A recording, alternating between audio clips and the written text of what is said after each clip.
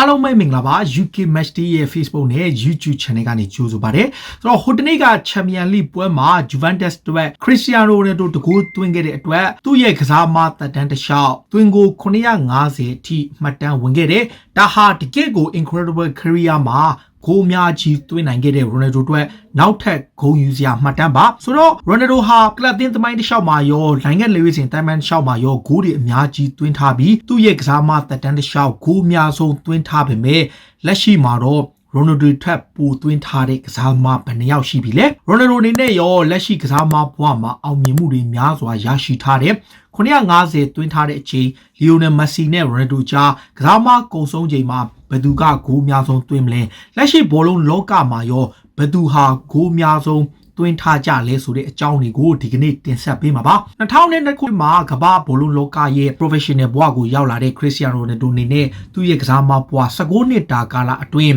Real Madrid, Manchester United, Sporting Lisbon, Juventus နဲ့ Portuguese လေရွေးစဉ်အသင်းမှာတောက်လျှောက်ခြေစွမ်းပြခဲ့တာပါပွဲတိုင်းကိုခြေစွမ်းပြဂိုးသွင်းနိုင်ခဲ့သလိုအသက်35နှစ်အရွယ်ထိဂိုးသွင်းစွမ်းအင်မကျသေးတဲ့ Ronaldo တို့ဘောလုံးသမိုင်းမှာဒုတိယနိုင်ငံလေရွေးစဉ်ဂိုးများဆုံးသွင်းထားသူလည်းဖြစ်တဲ့ဒီချိန်ထဲမှာသူ့အနေနဲ့ဘောလုံးသမိုင်းတွေကအများဆုံးနဲ့အမြင့်ဆုံးစံချိန်ကိုမီဖို့သူ့အနေနဲ့နောက်ထပ်ကြော်ဖြတ်ရမယ့်သူ3ယောက်ရှိတယ်။ Ronaldo ဟာသူ့ရဲ့ကစားမဘဝစတင်တဲ့ Sporting Lisbon မှာသူဟာ9ဂိုးသွင်းနိုင်ခဲ့တယ်။ Premier League က Manchester United ရောက်တဲ့အချိန်မှာ118ဂိုးထိသွင်းတယ်။သူ့ရဲ့ကစားမဘဝအမြင့်ဆုံးရောက်သွားခဲ့တဲ့မှတ်တမ်းက Real Madrid ကိုပြောင်းလာခဲ့တဲ့အချိန်မှာသွင်းကို450ထိသွင်းခဲ့ပြီးတော့ Juventus မှာလည်းသူ85ဂိုးသွင်းထားတယ်။တော့နိုင်ငံလေရွေးစဉ်အသင်းအတွက်လည်း102ဂိုးသွင်းထားတဲ့ Ronaldo အတွက်950ထိသူ officially သွင်းထားတာပါ။ဒီတိုင်းမှာ Portuguese Under 21တို့23တို့ပွဲတွေကိုမတွက်ပဲနဲ့ချိတဲ့အခါမှာ Ronaldo ဟာကမ္ဘာဘောလုံးလောကမှာပြိုင်ပွဲပေါင်း1028ပွဲမှာသွင်းကို950လက်ရှိ activate ဖြစ်နေတဲ့ကစားမတွေထဲမှာအများဆုံးသွင်းထားတဲ့သူ့ရဲ့တပွဲပြန့်မြသွင်းနှုန်းက3.9ဂိုးသွင်းထားပြီးတော့19နှစ်တာကာလအတွင်းမှာလက်ရှိတက်ရှိထင်ရှားကစားမတွေထဲမှာအများကြီးပါဆိုတော့တက်ရှိထင်ရှားကစားမတွေထဲမှာဒုတိယအများဆုံးသွင်းထားသူကသူ့ရဲ့မဟာပြိုင်ဘက်လီယိုမက်ဆီပါမက်ဆီကတော့ကစားမဘဝကို2003ခုနှစ်ကစတဲ့လက်ရှိမှာပွဲပေါင်း885ပွဲမှာ912ဂိုးသွင်းထားတဲ့ရိုနယ်ဒိုရဲ့နောက်မှာ38ဂိုးကွာခြားတယ်ဒါသူတို့နှစ်ယောက်ရဲ့ကြားမှာ2နှစ်ကွာခြားတာရဲ့ပွဲကစားတာကတော့မက်ဆီကဒီဘယ်လိုပြောမလဲ100ဂျိုနေထားတာပေါ့ဒါပေမဲ့သူတို့နှစ်ယောက်ကြားမှာဂိုးကွာခြားချက်ကတော့တိတ်မရှိဘူးမက်ဆီဟာ912ဂိုးနဲ့ဒုတိယအများဆုံးမှာရှိပြီးတော့တတိယအများဆုံးက AC Milan ရဲ့ဝါရင်တိုက်စစ်မှုကြီး Zlatan Ibrahimovic ပါ39နှစ်ရှိပြီးပွဲပေါင်း934ပွဲမှာသူက958ဂိုးထိသွင်းထားတယ်ပြန်ကြည့်တဲ့အခါမှာ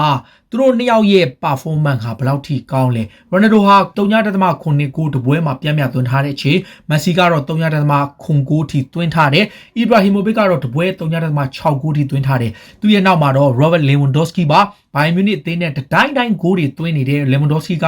984ပွဲမှာ914ဂိုးသွင်းထားတာပါသူ့အနေနဲ့လည်းဘောလုံးသမားဘဝ professional ကစားမဘဝကိုစခဲ့တဲ့အချိန်တည်းကနေတကယ်ကိုသွင်းဂိုးတွေများစွာသွင်းထားပြီးတော့အဆင့်5ရှိသူက Luis Suarez ပါ Atletico Madrid မှာခြေစွမ်းပြနေသလို Barcelona Liverpool တို့နဲ့လည်းတကယ်ကိုဒိတ်ကျဲခဲ့တဲ့ Suarez က982ပွဲမှာ486ဂိုးထိသွင်းထားပြီးတော့ဒါဟာလက်ရှိဘောလုံးလောကတွေကဂိုးများဆုံးသွင်းထားတဲ့သူတွေလည်းဖြစ်ပါတယ်ဆိုတော့ဘောလုံးပြည်သက်ဒီထဲမှာရောတခြားဘယ်သူတွေရှိအောင်မလဲနောက်တစ်ယောက်ကတော့ကျွန်တော်တို့အေရှားဘက်မှာပဲမော်ဒိုက်အသင်းပေါ့မော်ဒိုက်အသင်းကအာလီအာရှ်ဖာဆိုတဲ့ကစားမတစ်ယောက်ရှိတယ်ဗျသူကအသက်35နှစ်အရွယ်ရှိပြီးမော်ဒိုက်လေရွေးစဉ်အတွက်ရောကလပ်အတွက်ရောကစားမဘဝမှာစုစုပေါင်း939ပွဲမှာ462ဂိုးသွင်းတယ်သူရဲ့ဂိုးသွင်းစွမ်းရည်ကတော့တော်တော်လေးကောင်းတယ်ဗျလူများတွေလို့900 800မဟုတ်ဘူးတပွဲပြတ်မြ3.85ပေါ့ဒါပေမဲ့ Ronaldo တို့ Messi တို့လို Lewandowski တို့ Suarez တို့လော international level အမြင့်ကြီးတော့မဟုတ်ဘူး2000ခုနှစ်မှာသူကစားမဘွားစတယ်ခုလောလောဆယ်မှာသူကလည်း16နှစ်တာကာလအတွင်းမှာ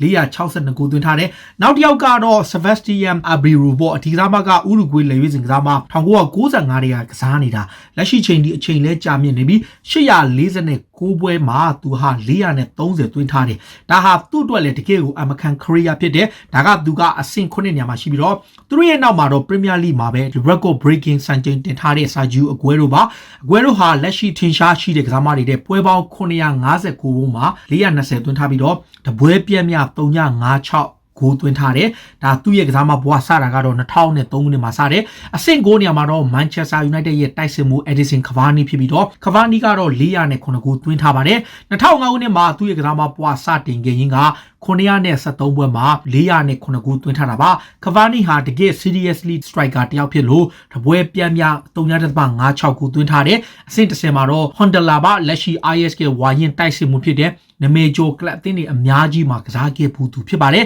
သူကတော့924ပွဲမှာ402ကိုသွင်းထားပြီးတော့ကစားမဘွားမှာ2002ထဲကစတင်ပြီးတော့လက်ရှိချိန်ထိခြေစွမ်းပြနေသူပါဆိုတော့ဒီလိုမျိုးဂိုးတွေအများကြီးသွင်းထားတဲ့ခြေစွမ်းပြနေရင်းကလက်ရှိမှာကမ္ဘာဘောလုံးလောကမှာရိုနယ်ဒိုနေနဲ့အများဆုံးသွင်းထားတဲ့စည်းမှာတော့သူကအဆင့်4မှာပဲရှိတယ်သူကြော်ဖြတ်ရမယ့်ကစားမ3ယောက်ရှိတယ်နမေဂျိုကန်ဝင်ကစားမကြီးဖယ်လီဘရာဇီးကပဲနမေဂျိုတိုက်စစ်မှုကြီးရိုမာရီယိုနဲ့ယူနိုကဩစတြီးယားနဲ့ချက်မှာကစားခဲ့တဲ့ကန်ဝင်ကစားမကြီးဘီကန်ပါဘီကန်ဆိုရင်ဘောလုံးလောကရဲ့တမိုင်းတစ်လျှောက်ကိုအများဆုံးတွင်းထားသူပါတွင်းကို805ခုထိတွင်းထားတယ်ဒါတော့မှသူကပွဲ930တဲ့သွားကစားထားတာသူ့ရဲ့ဘဝမှာrecord မလုပ်ထားတဲ့မှတ်တမ်းတွေရဆိုရင်ခြေဆောင်ပွဲတွေဘာတွေညာတွေအားလုံးပေါင်းလိုက်လို့ရှိရင်စုစုပေါင်း1500အထိတွင်းထားတယ်လို့မှတ်တမ်းတွေမှာလည်းဖော်ပြထားတယ်သူက1931ကနေ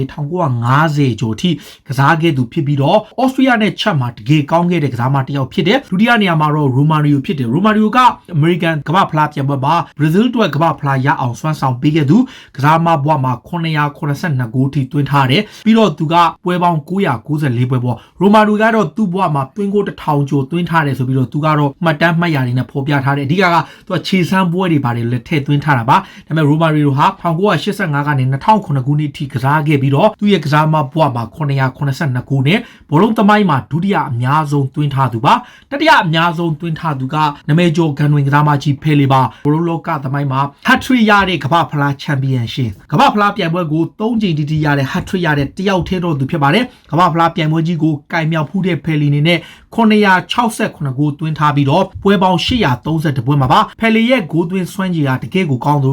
1950ခုကနေ1989ခုထိနှစ်ပေါင်း20အတွင်းမှာသူသွင်းခဲ့တဲ့သွင်းဂိုးက968ဂိုးပါဆိုတော့ရိုနယ်ဒိုဒီနဲ့သူ့ရဲ့အထက်ကကစားမတွေကိုမှီဖို့ဆိုရင်လက်ရှိ950ဆိုတော့ဖယ်လီကိုမှီဖို့18ဂိုးရိုမာရီယာကိုမှီဖို့22ဂိုးဘီစကန်ကိုမှီဖို့တော့သူ့အနေနဲ့55ဂိုးလိုတယ်ဆိုတော့ဒါသူတို့ကအဆင့်လိုက်ရက်တည်တဲ့အချိန်ရိုနယ်ဒိုကအဆင့်4ပေါ့အဆင့်5မှာတော့ပူစကက်ရှိပါတယ်လက်ရှိဟန်ဂေရီကစားမဟောင်းကြီးပူစကက်က954ပွဲမှာ946ဂိုးဆိုတပွဲကိုပြမ်းမြတကိုးနီးပါသူသွင်းခဲ့သူဖြစ်ပြီးတော့အဆင့်6နေရာမှာတော့ဂျာမန်ရဲ့ဂတ်မူလာပါဂတ်မူလာကလည်းသူ့ရဲ့ကစားပေါ်မှာတကယ်ကိုရှမ်းတောက်တာပါ993ပွဲမှာ934ဂိုးသွင်းခဲ့သူဖြစ်ပြီးတော့သူကအဆင့်6မှာဖြစ်ပြီးတော့ရိုနယ်ဒိုရဲ့မဟာပြိုင်ဘက်မက်ဆီကတော့885ပွဲမှာ912ဂိုးသွင်းတယ်ရိုနယ်ဒိုနဲ့မက်ဆီက38ဂိုးကွာတယ်ဆိုတော့ရိုနယ်ဒိုနဲ့မက်ဆီက2နှစ်ငယ်တယ်ဆိုတော့မက်ဆီနေနဲ့စံချိန်တင်သွင်းဂိုးတွေသွင်းနိုင်မယ်မျှော်လင့်ချက်တော့ရှိတယ်ဘောလုံးကဘာမှာတော့မက်ဆီဟာတမိုင်းတစ်လျှောက်ဂိုးများဆုံးသွင်းထားသူများဆင့်မှာ9နေရာမှာရှိပြီးရိုနယ်ဒိုက4နေရာမှာရှိတယ်ရိုနယ်ဒိုနဲ့မက်ဆီကြား38ဂိုးကွာတယ်ရိုနယ်ဒိုနဲ့ထိပ်ဆုံးကလူတွေကြားမှာ55ဂိုးကွာတယ်ဒါကတော့ကလပ်တင်းတမိုင်းတစ်လျှောက်ကမ္ဘာဘောလုံးတမိုင်းတစ်လျှောက်ဂိုးအများဆုံးသွင်းထားတဲ့ကစားမတွေကိုတင်ဆက်ပေးတာပါဆိုတော့ဘောလုံးသမားဘွားကုံဆုံးတဲ့အချိန်35နှစ်အရွယ်ရှိတဲ့ရိုနယ်ဒိုနဲ့33နှစ်အရွယ်ရှိတဲ့မက်ဆီတို့နှစ်ယောက်ကြားမှာဘယ်သူကဂိုးပိုသွင်းနိုင်မလဲဒီသားမနှစ်ယောက်ကလည်းတကယ်ကို incredible career မှာဂိုးတွေအများကြီးသွင်းထားကြသူလည်းဖြစ်ပါတယ်ဆိုတော့ထိပ်ဆုံးနေရာကိုရောမက်ဆီရောရိုနယ်ဒိုရောရောက်နိုင်မလားသူတို့နှစ်ယောက်ရဲ့အားပြိုင်မှုရိုနယ်ဒိုကရောတမိုင်းတစ်လျှောက်မှာဂိုးများဆုံးသွင်းတဲ့သူဖြစ်မှတ်တမ်းတင်နိုင်မလားမက်ဆီကရိုနယ်ဒိုကိုကြောပြီးစံချိန်ချိုးနိုင်မလားဆိုတာကိုစောင့်ကြည့်နေကျွန်တော်တို့ရဲ့ဒီကနေ့အစီအစဉ်ကိုဒီမှာပဲအဆုံးသတ်ပြစေအားလုံးကိုကျေးဇူးတင်ပါဗျ